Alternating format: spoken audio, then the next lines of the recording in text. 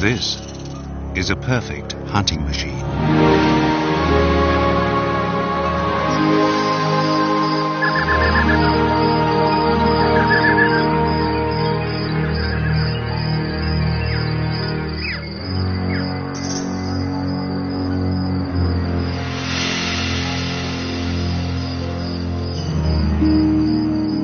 Armed and dangerous, it functions day and night. This snake can lock onto its target in total darkness.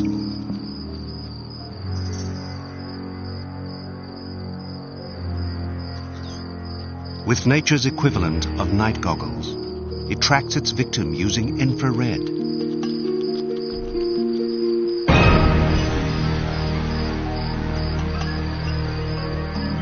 It has heat sensors, known as pit organs, just above its mouth. A live animal is warm, and the snake's sensors are very accurate.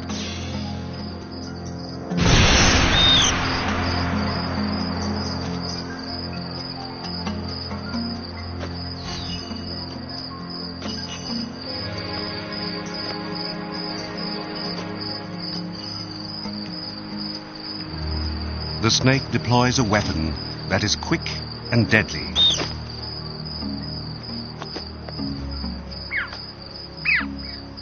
With a minimum of contact, all it has to do is wait.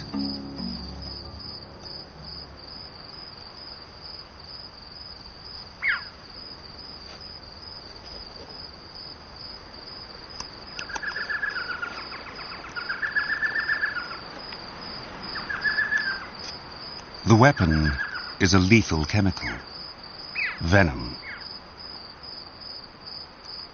In nature's wars of survival, chemical weapons are deployed on every front.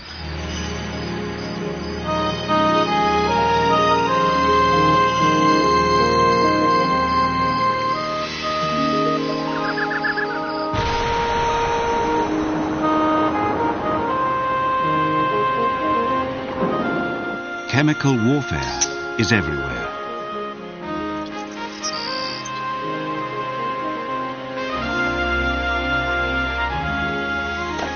Attack and defense. Measure and countermeasure. This is the story of an evolutionary arms race. Of the tactics and strategies deployed in the natural world.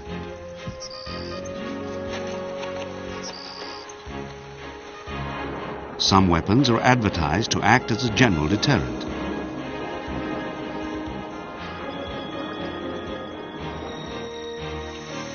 While others are highly refined, delivering venom in a single strike.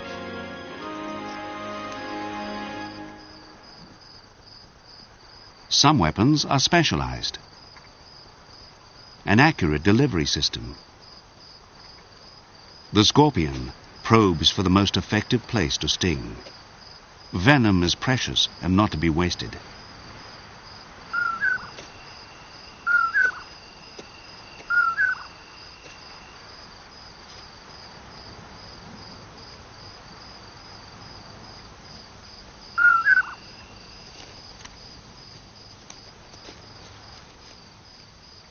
Killing for food is only one reason for combat.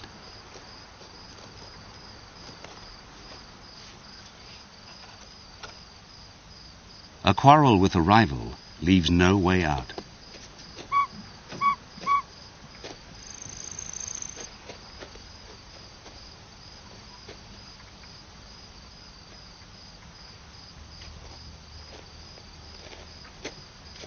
These gladiators will fight to the death.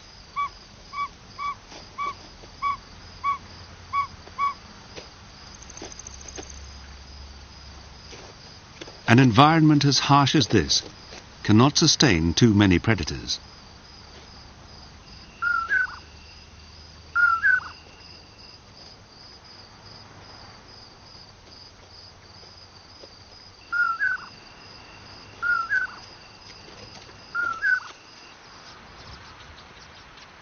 Dawn over the Kalahari Desert. and the cool of the night will soon give way to the searing heat of the day. Many scorpions will escape from the burning sun by hiding underground.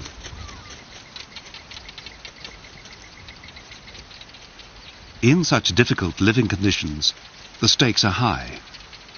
This scorpion's venom is lethal. Danger is a way of life for all the desert's inhabitants. Under the watchful eye of the mother, mongoose pups learn as they play.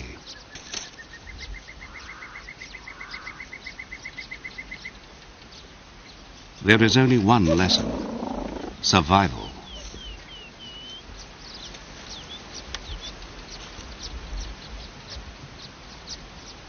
The scorpion and the mongoose are old enemies. An adult mongoose is partly immune to scorpion venom, but the pups are still at risk. However, the scorpion has a weakness. Its only weapon must be used for both attack and defense. The mongoose allows her pups to practice on this dangerous toy.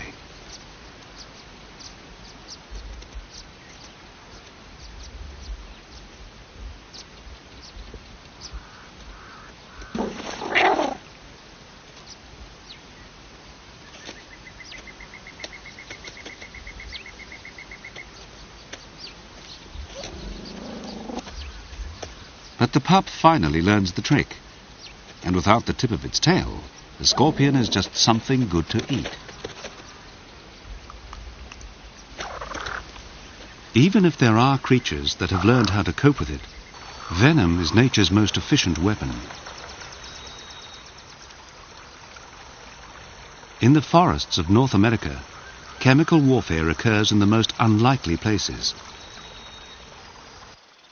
The tiny, short-tailed shrew must eat little and often. It would die in a matter of hours without food.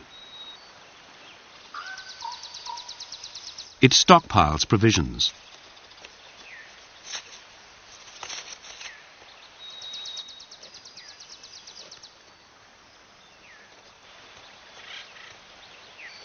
But the June bugs it feeds on are caught and kept alive.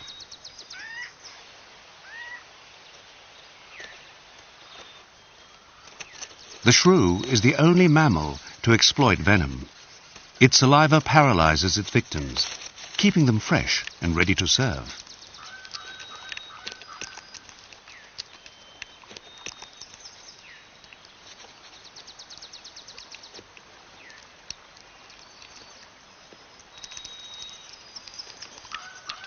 It eats when it's hungry and hunts when it's convenient.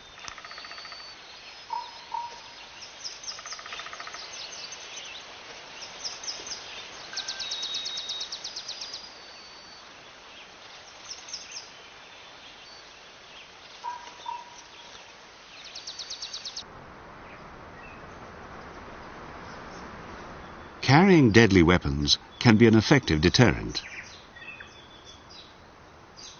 Not all contests escalate into all-out war, especially between creatures of the same kind. On the windswept shores of southern New Zealand, a potential dispute is best solved by negotiation.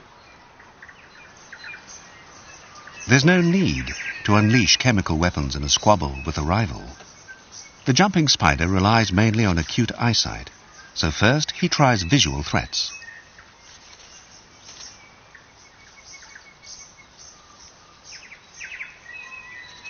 His front legs are a different color from his body, and he waves them like flags, a clear signal of intimidation and warning.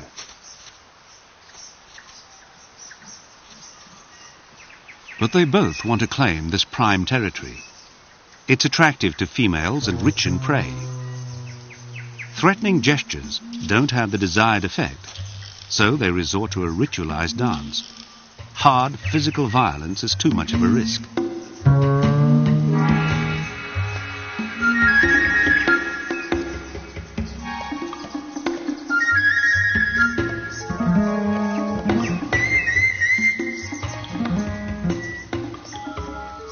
They both know the other carries powerful venom.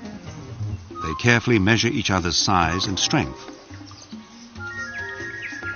Honor is served, the loser retreats, and no damage is inflicted. When attacking for real, the spider has a subtle but effective strategy. It relies on its sharp vision to identify the quarry.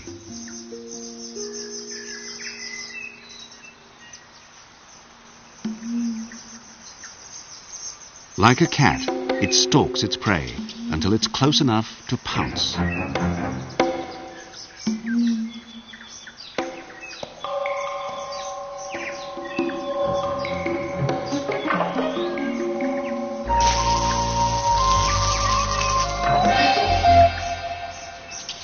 The element of surprise gives the jumping spider an edge, even over a quarry with a venom as dangerous as its own.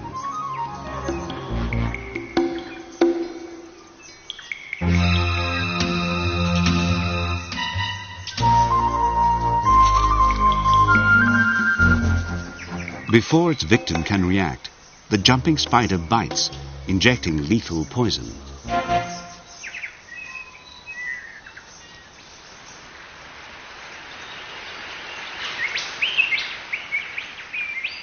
In the tropical rainforests of the Philippines, spiders employ different tricks to outwit their enemies.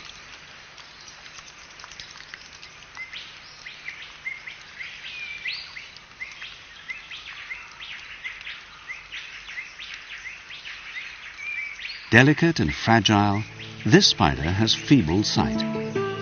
It finds its way in the world by touch, and has stumbled upon something that's not only bigger, but packs a lethal venom.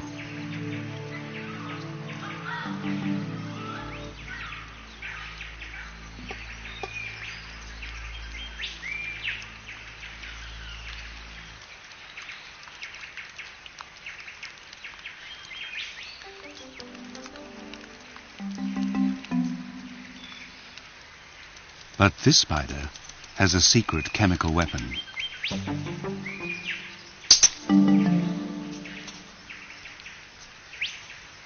It spits a mesh of sticky threads that snares its victim.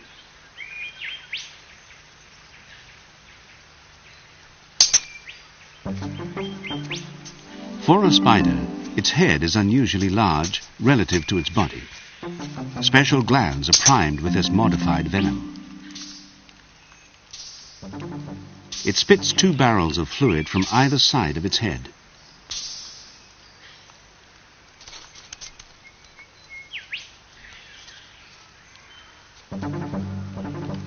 Its prey is now helpless to resist.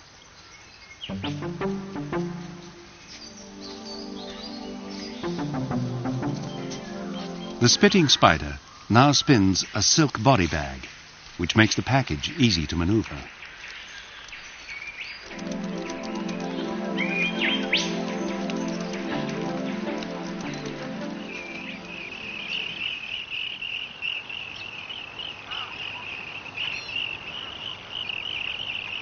Rather than chase after prey, which is hard work, a more cunning strategy is to coax a victim into an ambush.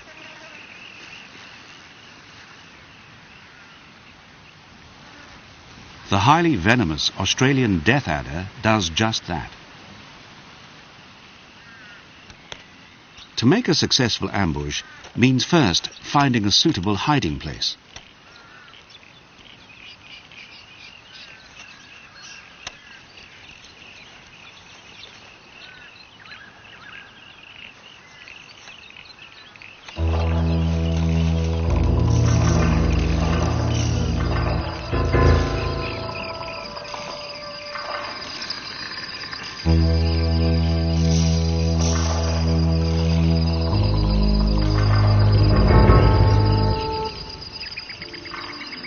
It's also useful to have a decoy.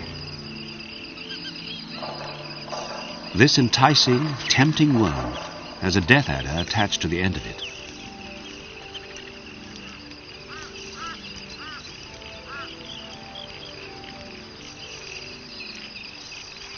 It just might be too good to be true.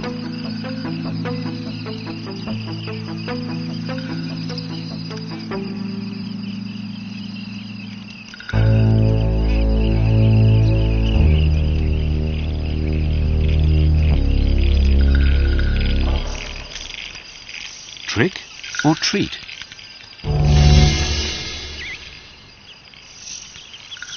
It's all in the timing.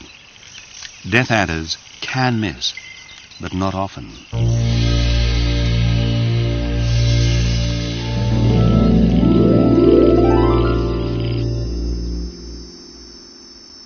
A chemical weapon is only as good as its delivery system.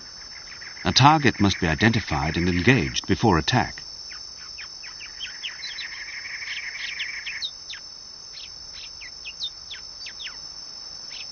In the American Southwest, a western diamondback rattlesnake is on desert maneuvers. Its forked tongue acts as a long-range sensor, tasting the air in stereo, which gives a direction to the scent of its quarry.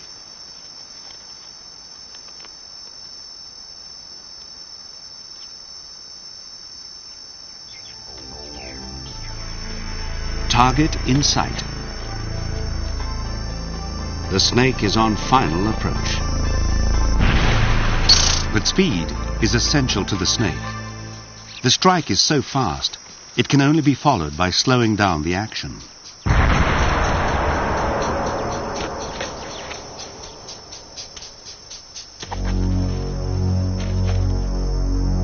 A struggle with the quarry could damage its delicate fangs. Once it strikes, it moves out of the way. It takes a few moments for the venom to work. All the rattlesnake has to do is wait. Using its tongue, the snake can follow the trail of the dying squirrel, even if it moves out of sight.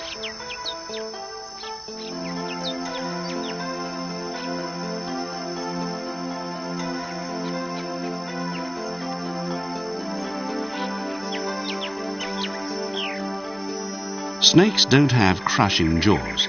They can't crunch up their victims. But the venom has already started the process. It evolved from saliva and digestive juices. Chemicals that normally dissolve food inside the body have been redesigned to start their action before swallowing. Indeed, a venomous snake would find it very difficult to digest its prey without this chemical action. It couldn't feed on a corpse it didn't kill itself.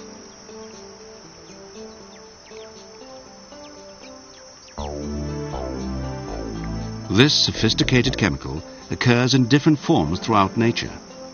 Its double action leaves the victim dead, and it starts to dissolve the inside of the corpse. The snake's meal may seem painfully slow, but it will last for a few weeks.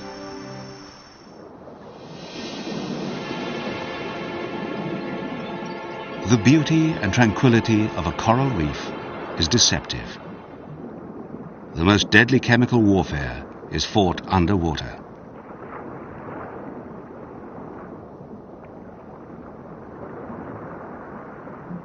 Battles for space, battles for food.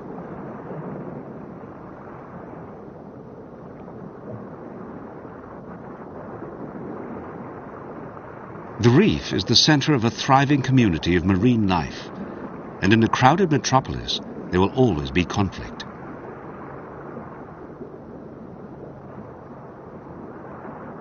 Some creatures are rooted to the spot. Chemical warfare is their only option.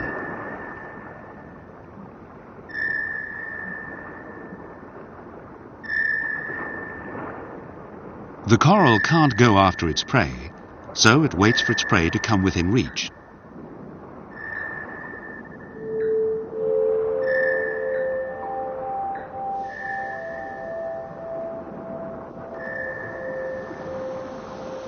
These reef dwellers have a surprisingly efficient capturing device: the tentacle.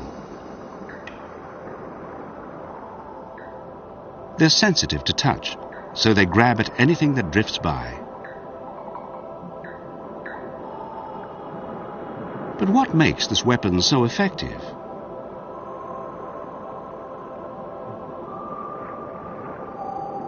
Not only do they snatch at their prey, they poison it. Tiny sea plankton, some smaller than a pinhead, just float in the ocean currents.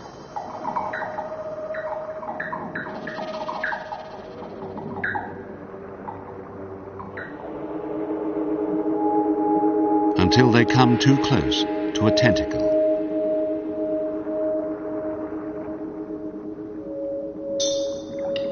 The secret of this weapon lies in its surface and the tip, which is the most sensitive.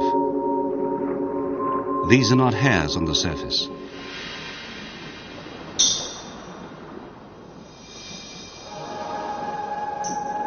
They're stinging cells, firing like thousands of microscopic harpoons.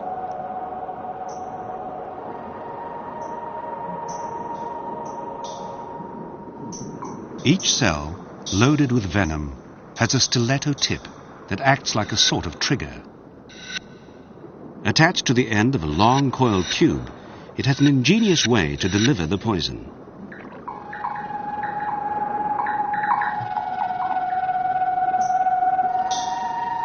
The tube flips inside out, like the finger of a glove, and the stiletto pierces the victim's body. It fires in a fraction of a second.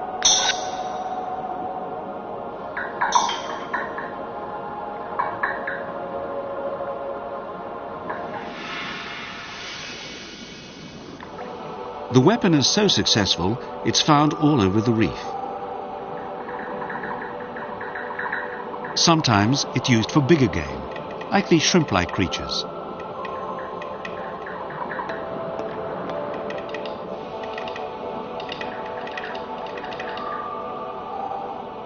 From battles that are too fast for the eye to follow, to battles fought so slowly, the evidence goes practically unnoticed.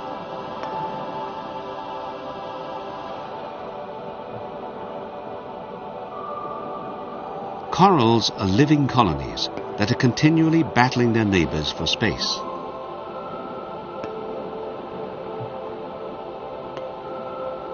Once they outgrow their own patch, they use chemical warfare to extend their territory.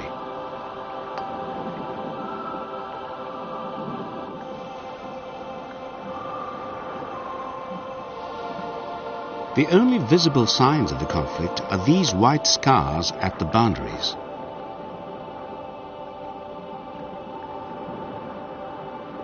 Hard reef corals fight their space wars with sweeper tentacles that probe their surroundings and identify whether the neighbor is an enemy.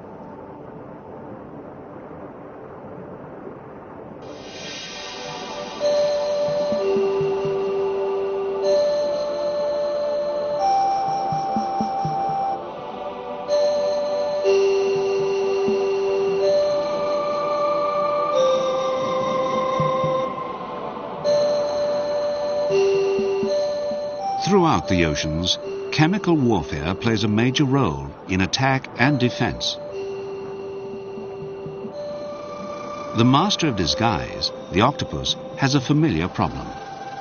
It hasn't the jaws to chew its food, so it relies on venom to start the process.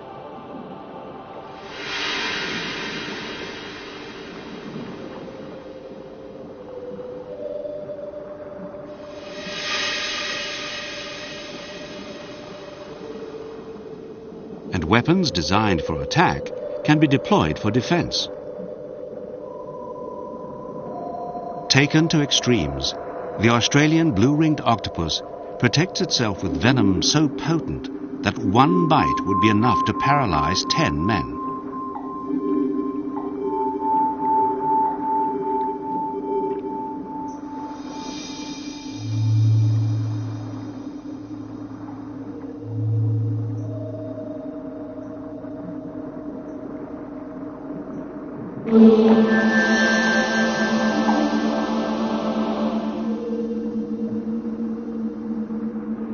This octopus doesn't need to bother with disguise. On the contrary, its bright blue rings are a warning. Stay away. Advertising a deadly weapon is a powerful deterrent.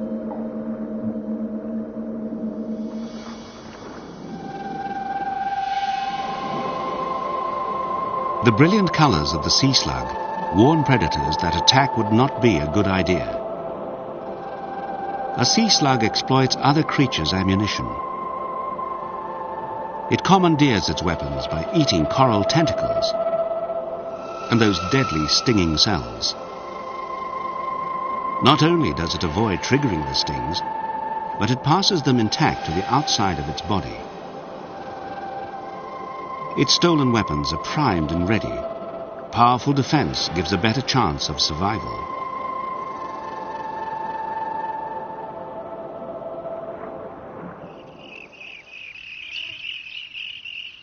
Even a field of flowers hides a battle zone.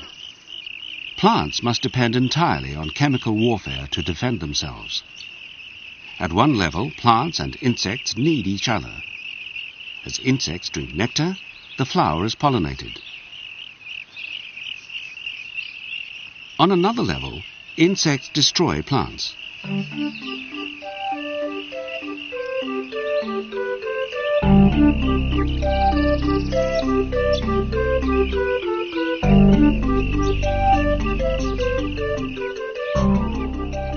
Over the course of evolution, the pressure on plants has been enormous.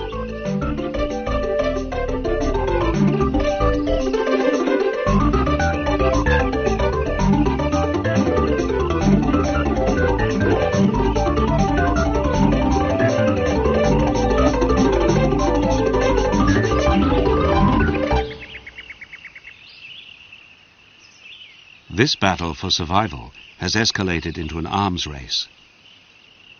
The leaves of milkweed and Indian hemp look harmless and seem irresistible to eat.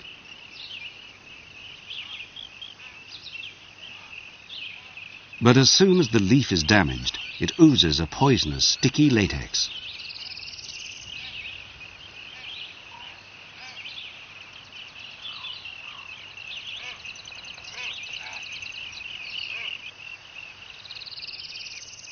It's enough to make the beetle change its mind.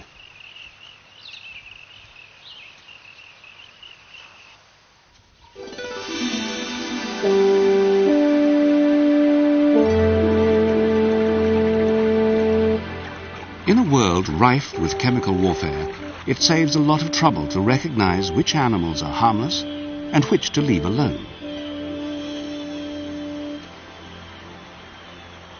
It's obvious that a skunk is best left well alone.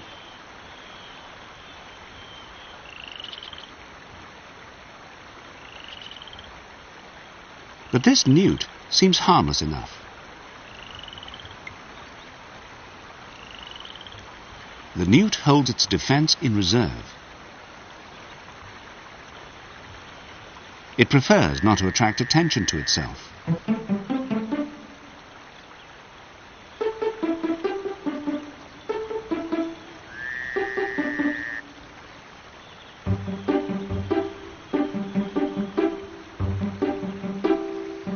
The skunk is too close. It must be warned off.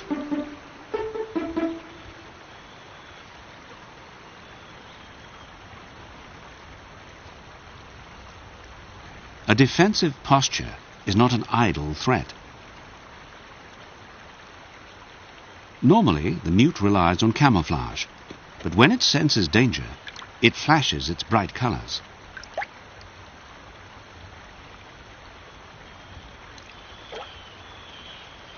And color means poison.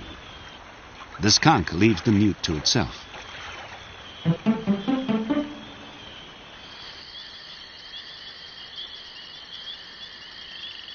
Advertising is a good system if it can be seen in time.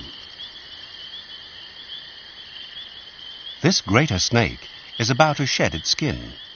The membrane covering its eyes has lifted off and has become opaque.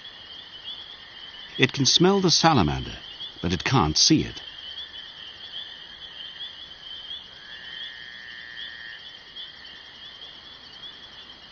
The warning is not a bluff.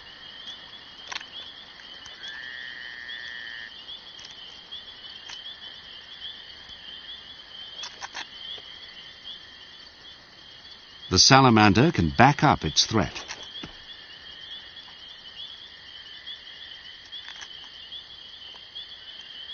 While the snake tries to find a grip, the salamander's skin oozes a sticky gum.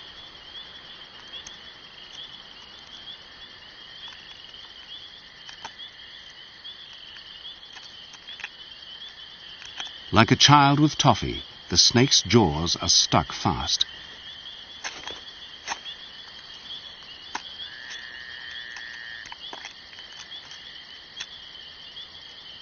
The salamander just has to keep calm and wait for the snake to realize its mistake.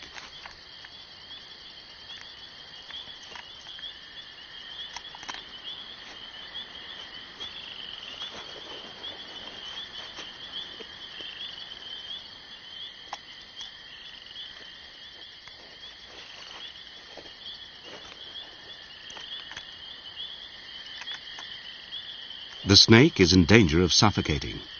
It has to give up.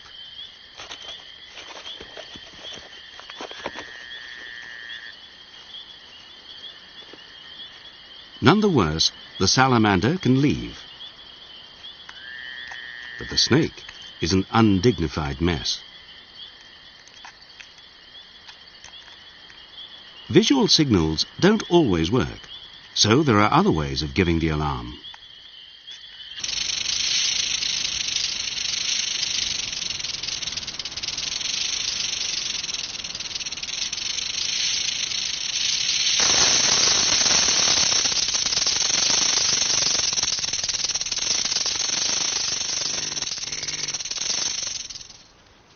On the grasslands of the prairies, being colourful is no defence against clumsy feet. Hidden in the grass, the rattlesnake's warning is much more effective than colours or stripes.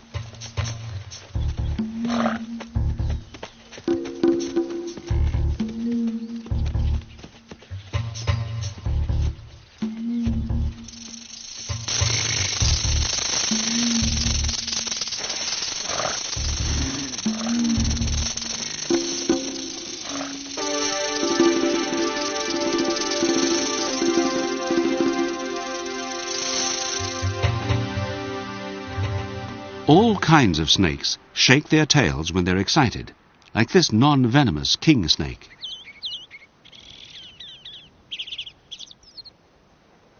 And male bull snakes, highly venomous, wiggle their tails in the frenzy of a fight.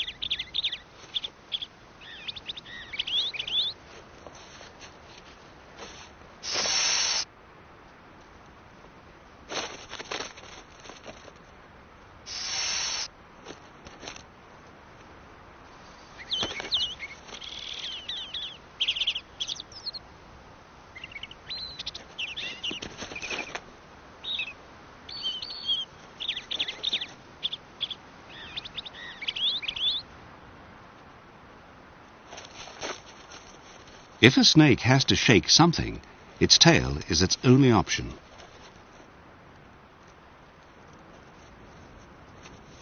The death adder uses its tail to beckon its prey.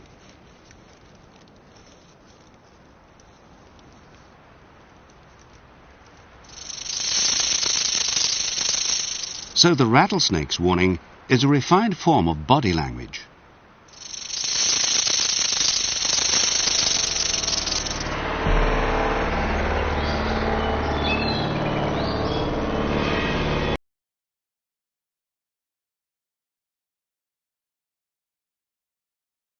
In the war of attrition between plants and insects, the red milkweed beetle has solved the sticky problem of poisonous latex. Slicing through the leaf's midrib, it cuts off the flow of latex.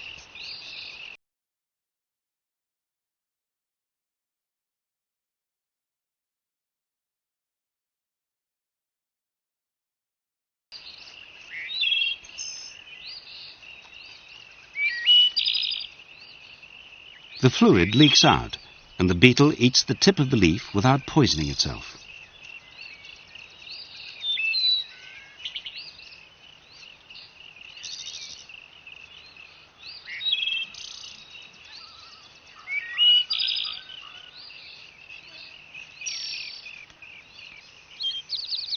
A leaf with a single channel is easily breached, But some plants make it harder for insects. The prickly lettuce has spines and a complex network of veins.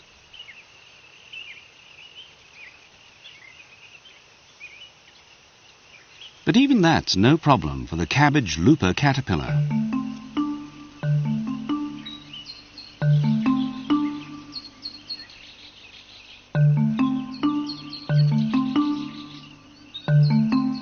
It disarms the spines by eating them.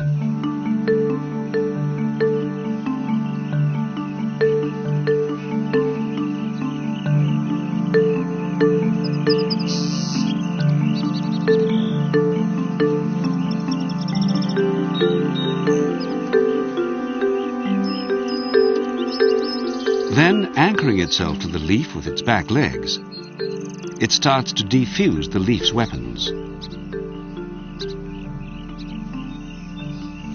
First it goes one way, carving a precise arc by making tiny cuts in the leaf.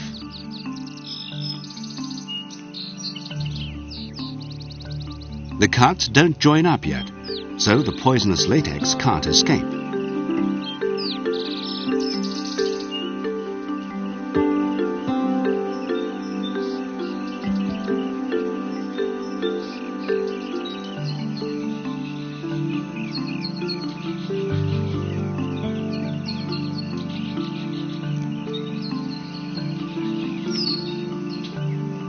But then it goes the other way, joining the cuts so the latex flows out. It has to be quick to stay clear of the poison.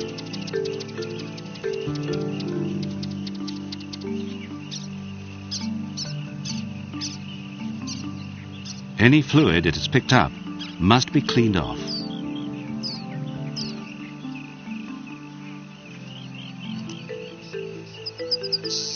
The plant has lost this round. But this is just one battle in the war.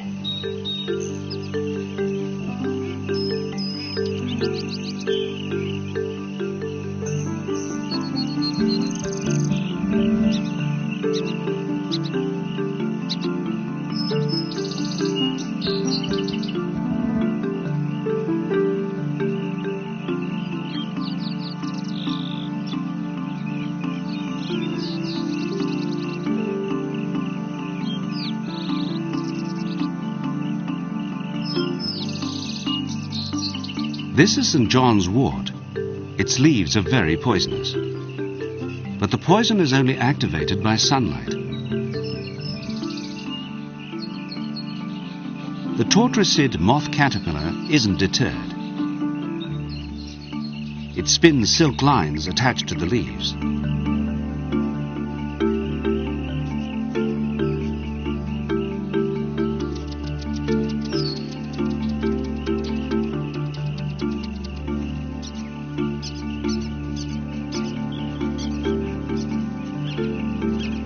Then it pulls the leaves into a sunshade.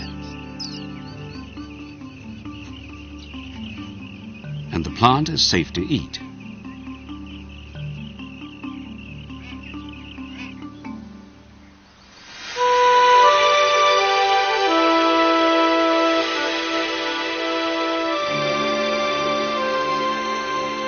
Some insects don't just deactivate the plants, they steal the plant's poisons for themselves. In North America, the caterpillar of the monarch butterfly combines several tactics.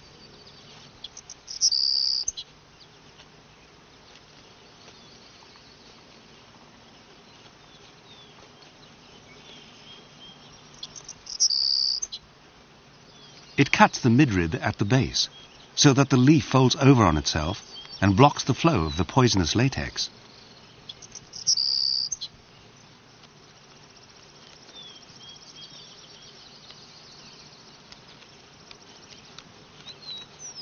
But there's always some left over. However, the caterpillars are partly immune to the poison, and they turn what they consume to their own use. With the plant's chemicals stored in their bodies, there'll be a nasty mouthful for a predator. Their dramatic stripes are a clear warning.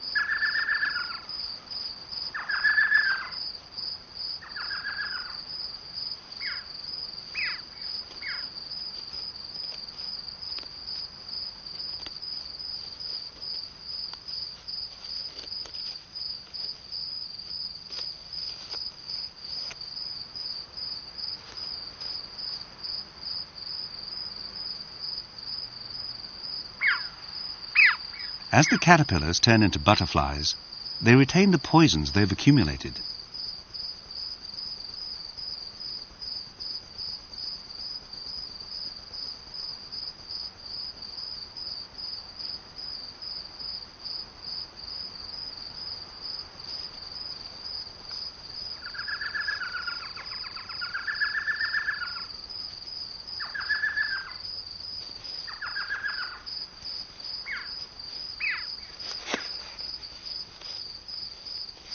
Their colors are just as vivid.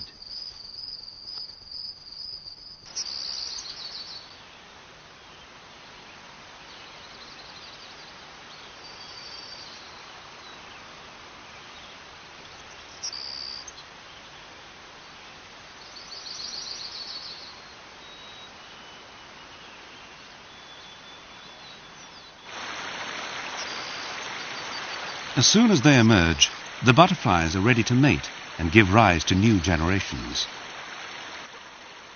The cycle continues as the butterflies make their epic migrations from Canada to Mexico and back again. They follow the seasons, for the most part undisturbed, thanks to their chemical protection. But not always. While the caterpillars are busy outsmarting the plant, a third party is waiting for its own chance. An assassin bug doesn't care about the warning stripes. Poison is no obstacle. Against this new enemy, the caterpillar is defenseless.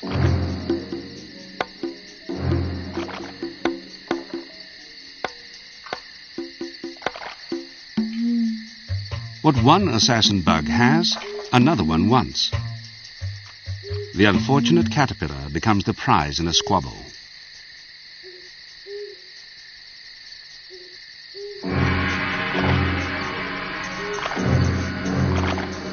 The caterpillar's poison is in its skin. The bug just pierces through and sucks up the insides.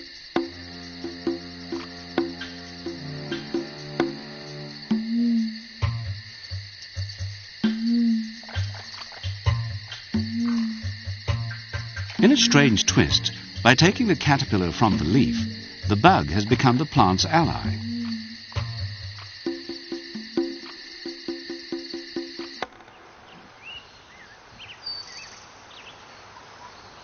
Springtime in the foothills of California's Sierra Nevada mountains.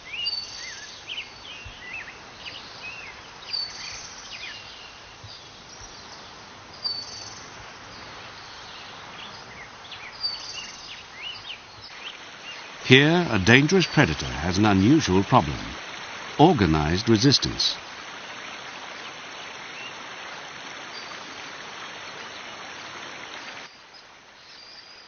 A northern Pacific rattlesnake has just emerged from its winter hibernation. It's hungry and knows just where to go for food.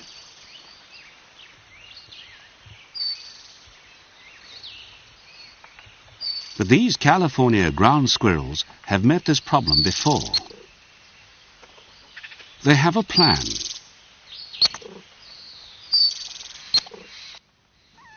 Deep in their underground nursery, there are pups of all ages.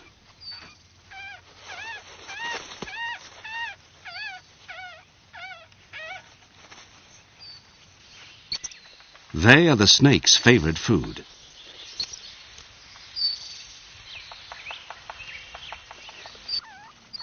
The pups must be evacuated to safety.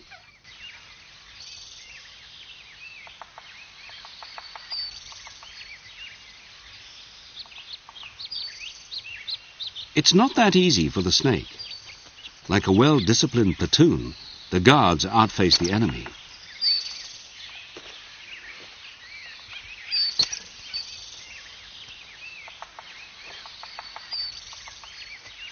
Using their tails like a matador's cape, the squirrels try to distract the snake and buy themselves crucial minutes.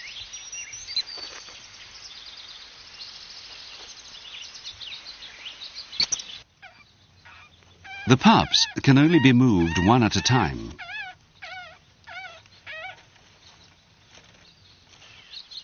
Adult squirrels can afford to be defiant. They're partly immune to the venom, and besides, they're faster than the snake. But the snake suspects all this activity is hiding something. The squirrel's attempts to divert the reptile are a clue. In a rare display of deduction, the snake heads straight for the nursery.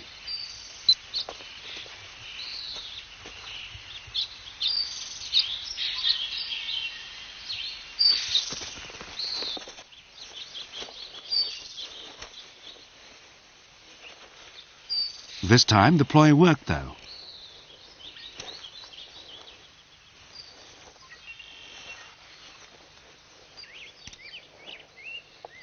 And the snake goes hungry.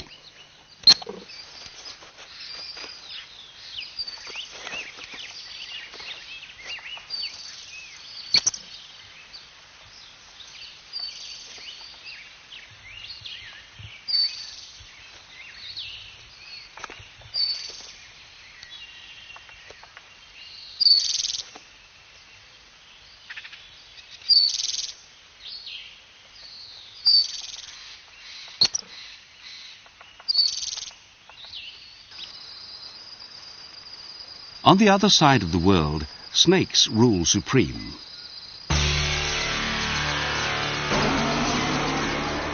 Australia is the home to the 11 most poisonous snakes on Earth. This is a taipan. And this is the most deadly of them all, the small-scale snake.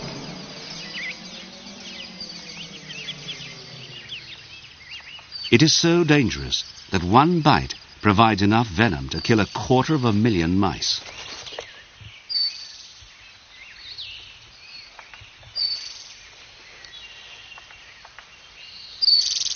Another Australian snake, the mulga. Its venom is not quite so potent, but what it lacks in quality, it makes up for in quantity.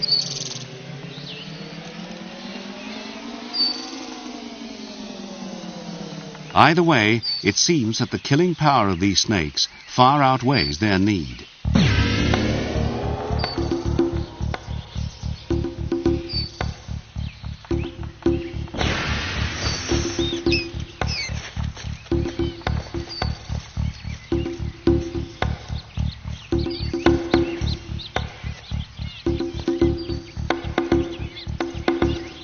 The first snakes to colonize Australia were all members of the same family as the cobra. They evolved to claim the continent for themselves. It may be that their first prey were other reptiles, far more resistant to venom than mammals.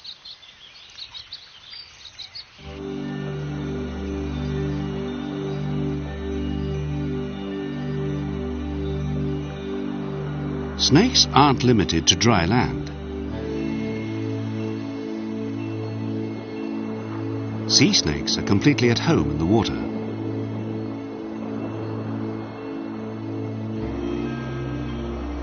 They're paddle-shaped for swimming, and some kinds of sea snake can stay submerged for 2 hours before coming up for air.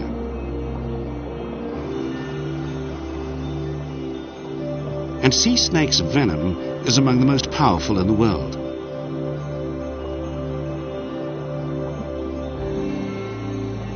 This snake feeds on sand eels. It continually checks their burrows in the hope of finding one.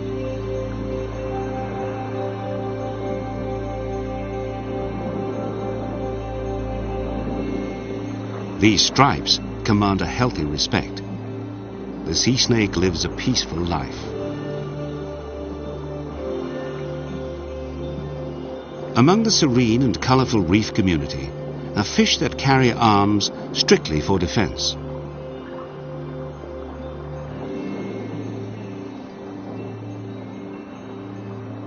As long as they're left alone, there's no problem.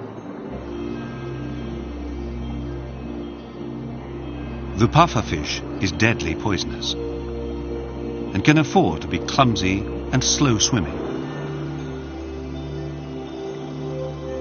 A stingray has a loaded weapon under its tail, a spine primed with venom.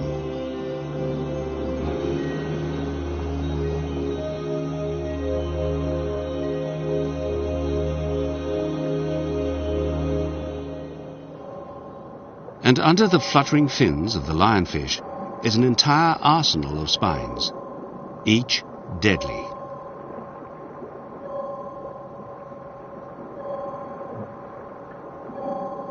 Garish markings leave the other reef dwellers in no doubt.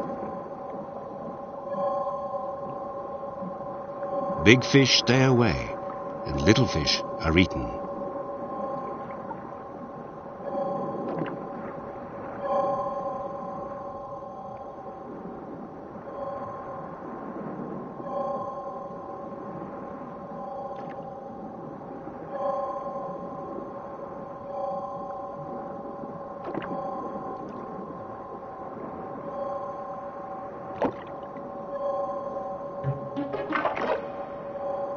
But one little upstart is brave or stupid enough to pester the lionfish.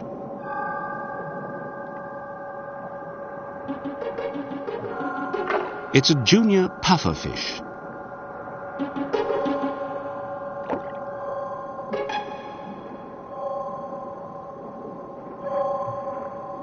It torments its victim, nipping pieces out of its fins.